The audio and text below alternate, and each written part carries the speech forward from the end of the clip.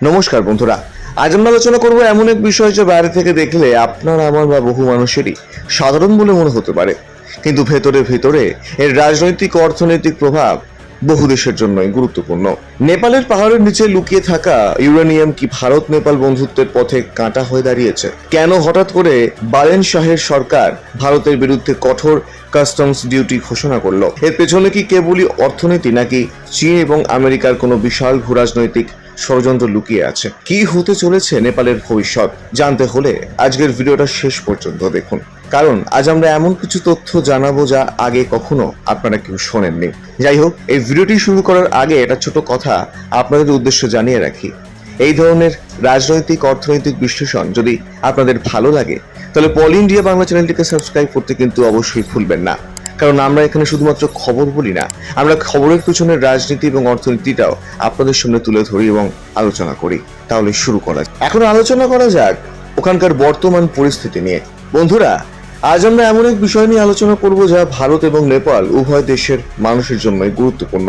সম্প্রতি নেপাল সরকার, বিশেষ করে বালেন শাহের প্রশাসনের অধীনে, ভারতের বিরুদ্ধে কিছু নতুন কাস্টমস বা শুল্ক নিয়ম জারি করেছে। এর ফলে সীমান্তের দুই পাশেই তীব্র উত্তেজনার সৃষ্টি হয়েছে। কিন্তু হঠাৎ কেন এমন সিদ্ধান্ত?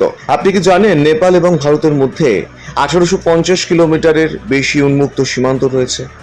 এটি পৃথিবীর অন্যতম দীর্ঘ উন্মুক্ত সীমান্ত, যেখানে মানুষ যাতায়াতের জন্য কোনো পাসপোর্টের প্রয়োজন হয় না।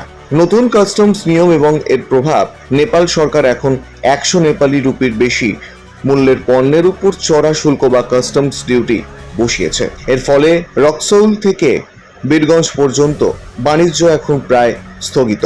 চাল, ডাল থেকে শুরু করে ওষুধ, মাছ সবকিছুরই সাপ্লাই চেইন ব্যাহত হচ্ছে। নেপালের মোট আমদানির প্রায় 60% আসে ভারত থেকে।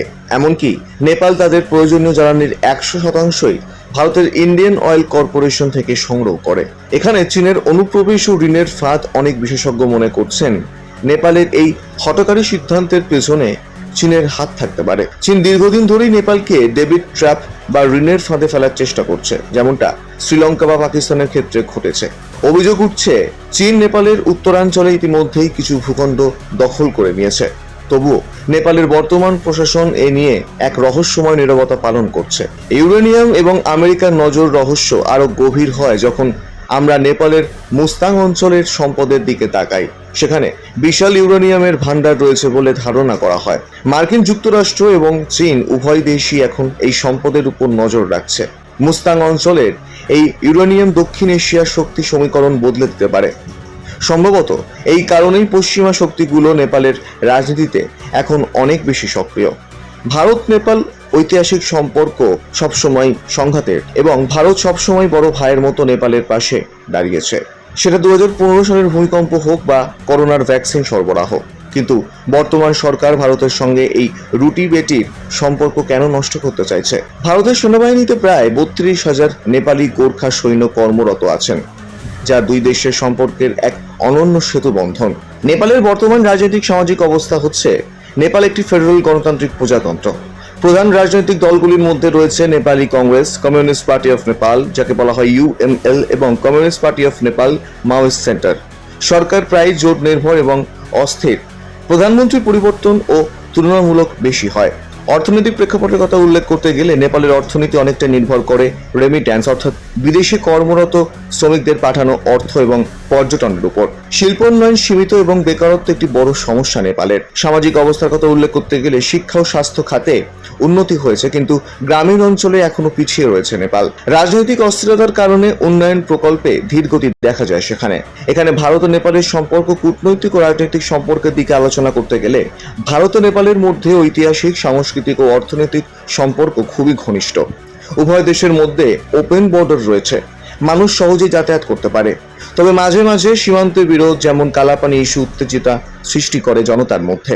ওখানে অর্থনৈতিক সম্পর্কের কথা আলোচনা করতে গেলে নেপালের সবচেয়ে বড় বাণিজ্য অংশীদার হচ্ছে ভারত। বিদ্যুৎ ও অবকাঠামোতে ভারত বিনিয়োগ করছে। এখানে ভারত তুলনামূলকভাবে রাজনৈতিকভাবে স্থিতিশীল এবং অর্থনৈতিকভাবে দ্রুত উন্নয়নশীল একটি দেশ। নেপাল এখনো রাজনৈতিক স্থিতিশীলতা ও অর্থনৈতিক উন্নয়নের মধ্যে ভারসাম্য খুঁজছে। দুই দেশের সম্পর্ক সাধারণত সহযোগিতামূলক, তবে মাঝে মাঝে রাজনৈতিক টানাপোড়েন দেখা যায় সেখানে। এখানে আলোচনা করা দরকার ভবিষ্যতের ঝুঁকি ও সতর্কবার্তা। ভারত যদি সীমান্ত বন্ধ করে দেয় তবে নেপাল অন্ধকারে নেমে আসতে পারে। তার বিদ্যুৎ থেকে জীবনদায়ী ওষুধ সবকিছুর জন্যই নেপাল ভারতের উপর নির্ভরশীল। সময় থাকতেই নেপালের উচিত চীন বা অন্য কোনো শক্তির প্ররোচনায় না পড়ে নিজেদের ভুল শুধরে নেওয়া। ভারত চায় বন্ধুত্ব, কিন্তু তা হবে সমমর্যাদার ভিত্তিতে। যাই হোক, শেষ করার আগে একটা কথা আপনাদেরকে জানিয়ে রাখি, আপনাদের কি মনে হয় নেপালের এই নতুন রাজনীতির নেপথ্যে আসলে কার ইশারা কাজ করছে? কমেন্ট করে অবশ্যই আপনার মতামতটি আমাদের জানান। এবং ভিডিওটি ইনফরমেটিভ মনে হলে লাইক করুন এবং বন্ধুদের সাথে শেয়ার করুন।